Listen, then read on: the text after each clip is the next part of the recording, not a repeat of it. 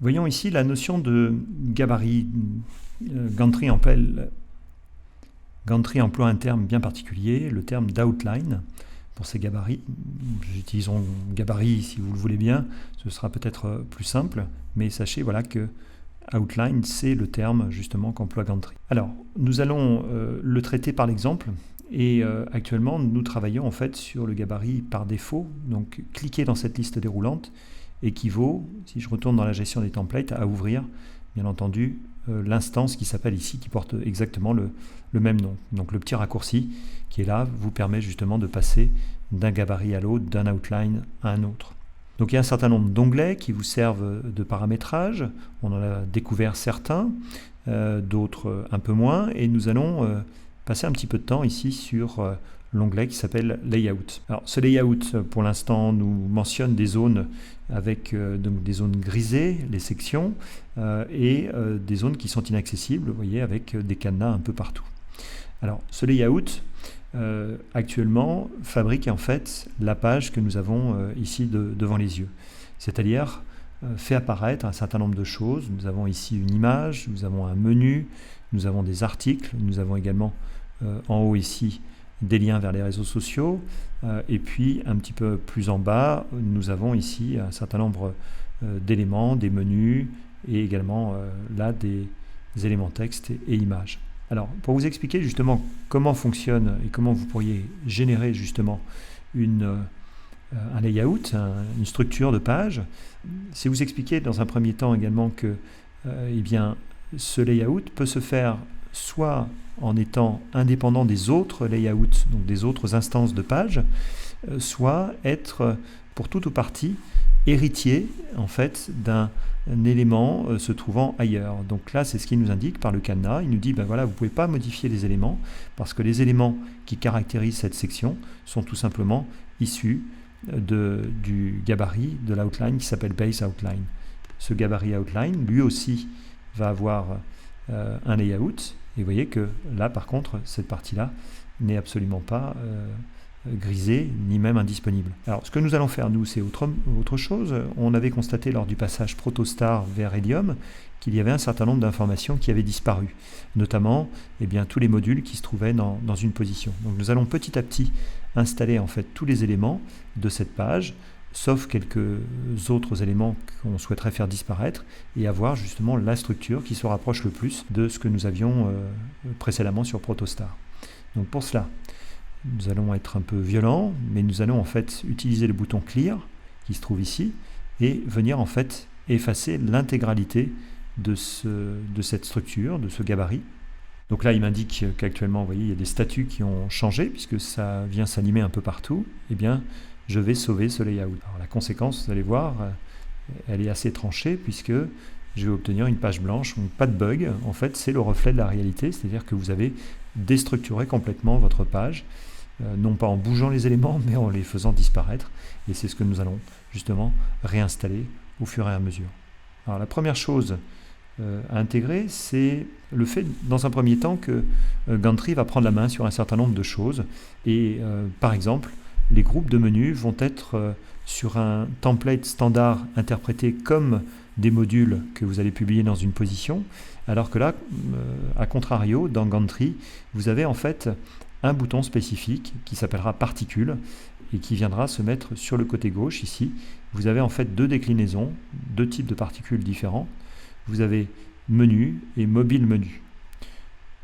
Le menu va concerner le menu traditionnel. Le mobile menu, comme son nom l'indique, viendra en fait gérer le basculement d'un écran standard vers un écran de type tablette ou même de smartphone et vous proposer justement un menu sandwich par défaut. Alors attention, ces éléments ne se glissent pas au même endroit. Nous allons en fait préparer cette éventualité en les faisant glisser dans leur section, dans la section appropriée. Et ces sections sont identifiées par des titres comme celui de navigation header, intro, features, utility, etc. Alors, certaines de ces sections vont être en mesure d'accueillir un contenu, sont faites en fait pour accueillir un contenu un peu spécifique. Ça va être le cas des menus, justement. Le menu traditionnel, lui, il a plutôt sa section navigation qui lui sera dédiée. Et un peu plus bas, vous allez avoir en fait une section qui s'appelle Off Canva qui a la particularité justement de n'apparaître et n'être sollicité qu'en vue téléphone, en vue smartphone. Donc ici, eh bien, l'idéal, c'est justement d'y glisser ce menu à l'intérieur. Donc si maintenant j'enregistre, alors je ne suis pas obligé de remonter jusqu'en haut de ma page puisque le Save Layout existe en haut et en bas, eh bien en actualisant ma page, je vais en fait ici, vous voyez, commencer à voir mon menu. Donc petit à petit, les choses reviennent telles qu'elles étaient initialement. Et si justement je diminuais en passant en vue téléphone, donc je peux par exemple inspecter cette zone et utiliser l'outil qui me permet ici de basculer en vue téléphone. Eh bien, pour l'instant, je suis sur un iPad Pro avec une résolution proche d'un écran standard. Je vais me mettre en iPhone 6 par exemple. Et vous voyez qu'ici, même à 100% d'un iPhone 6, j'ai le menu sandwich qui apparaît. Et donc, à l'ouverture, vous voyez qu'on a ici ce menu accueil qui vient apparaître sous forme de slide sur le côté gauche de l'écran. Ensuite, quel va être l'élément et la partie qui va être dédiée à tout ce qui concerne le chargement des composants et le chargement également des articles. Et qui, cet élément, va se distinguer et s'opposer à la notion de position. Donc dans Gantry, en fait, vous aurez deux boutons différents. L'un est en vert, l'autre en bleu. Alors, je ne sais pas pourquoi. En tout cas, le changement de couleur vous montre qu'ils ont des propriétés et des enjeux un petit peu différents. Le premier, Page Content, va s'occuper justement de définir la zone de votre template dédiée au chargement des composants et des articles, alors que le bouton ici, dont le titre est plus parlant, module position, va définir justement, comme son nom l'indique, des positions à l'endroit où vous le souhaitez. Alors le premier, comme le deuxième d'ailleurs, vous êtes totalement libre de choisir dans quelle section vous souhaitez déposer les éléments. Tous les éléments que vous allez déposer dans ces sections, dans ce layout global, eh bien le choix de la section va définir en fait comment cet élément que vous allez glisser va se positionner par rapport au contenu déjà existant ou au futur contenu que vous allez rajouter après avoir déposé celui-là. Donc si vous choisissez par exemple quelque chose qui est très haut et que plus tard vous décidez de mettre quelque chose d'encore plus haut, eh bien vous serez coincé parce que vous ne pourrez pas le faire. Alors bien sûr, il faut savoir que des sections ont un nombre illimité de lignes. Vous pouvez mettre autant de lignes que vous voulez, donc par exemple mettre des choses au-dessus ou en dessous de menu. Par contre, vous allez avoir aussi un nombre de colonnes limité, puisque des colonnes, en fait, vous ne pouvez plus en mettre que 20. Alors vous me direz 20 colonnes, c'est déjà pas mal. En fait, on considère qu'une colonne ne peut pas être inférieure à 5% des 100% disponibles. Donc ça explique pourquoi le 5 x 200, 5 x 20, font 100, et donc il ne faut absolument pas dépasser ces 100%. Donc ce page content, on peut le déposer là où on veut. Il y a une zone qui a priori s'y prête aussi pas mal, qui est un container un peu particulier justement, qui permet d'avoir vos articles et d'avoir deux éléments à gauche et à droite si vous les remplissez, de position par exemple, qui auraient la même hauteur que la hauteur de vos articles. Donc ça peut être aussi intéressant, ou en tout cas si il y a plus d'éléments dans la zone side par exemple, eh bien ça va définir également la hauteur de la zone main bar et de la zone sidebar. Alors que si vous choisissez une autre section, eh bien là à ce moment-là, les sections sont indépendantes les unes des autres, et donc les hauteurs vont pouvoir varier d'une position à l'autre en fonction de ce qu'elles contiennent. Donc ici, prenons Page Content par exemple et glissons-le dans la zone de dépôt Page Main Bar. Donc pareil, si je viens sauver et actualiser, eh bien vous allez voir que je retrouve maintenant mes articles tels qu'ils étaient présents tout à l'heure. Alors, poussons les choses jusqu'au bout. On souhaiterait en fait qu'il y ait cette possibilité de revenir tel que Protostar existait. Je vais vous montrer comment se présentait Protostar. Il suffit simplement de revenir, remettre l'étoile en face de Protostar défaut, actualiser, et vous allez voir que notre contenu reprend la place qu'il occupait précédemment. Donc nous avions un menu en haut et nous avions surtout un module, un ou plusieurs modules d'ailleurs. Il y avait une zone de recherche également qui apparaissait ici.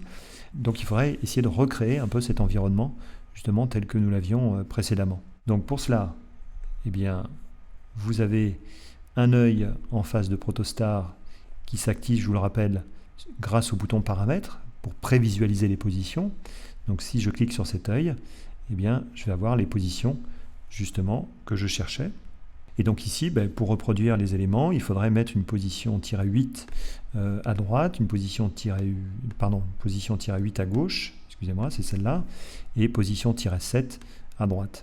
Voyons comment on peut justement remettre en place cette position -7 à l'intérieur de Gantry. Donc je vais laisser cette page ouverte, mais par contre, je vais remettre Helium par défaut comme étant mon template par défaut, actualisé. Alors pas celle-là, je vais la mettre en deuxième position, voilà, toc, et j'actualise donc cette zone. Je retourne dans Helium par défaut, Layout. Je vais utiliser cette fois-ci le deuxième bouton, comme il s'agit de mettre cela à droite de mes articles, eh bien je vais utiliser la section qui s'appelle Sidebar, qui se trouve ici à droite de Main Bar. Donc je prends le bouton bleu, Module Position, pardon, et je viens le déposer dans la section Sidebar. Si jamais j'enregistre et que je viens actualiser, en fait, il n'y a absolument aucun changement, puisque vous n'avez pas donné dans les propriétés de cet élément le nom justement que vous souhaitez affecter à cette position que vous avez déclarée. Donc si je clique sur ce bouton, eh bien, il y a un champ qui va être dédié à cela, c'est le champ Key, et ce champ Key, eh bien, vous devez y saisir directement le nom que vous souhaitez attribuer à cette position. Donc ici, position -7, c'est le nom qui caractérise cette position qu'on retrouve à la fois dans Protostar et dans BIS3. Et bien, une fois que tout cela a été enregistré, je vais pouvoir actualiser et, vous voyez, je retrouve en fait ma position 7. Dernière petite astuce, si jamais vous souhaitiez justement cette fois-ci globaliser le chargement de tous les éléments qui correspondaient au template Protostar, donc soit première possibilité, vous rechargez toutes les positions une à une, soit éventuellement vous pourriez ici utiliser le bouton Load qui se trouve à droite et qui vous permet justement d'aller charger des éléments. Alors, soit des presets, soit éventuellement des gabarits.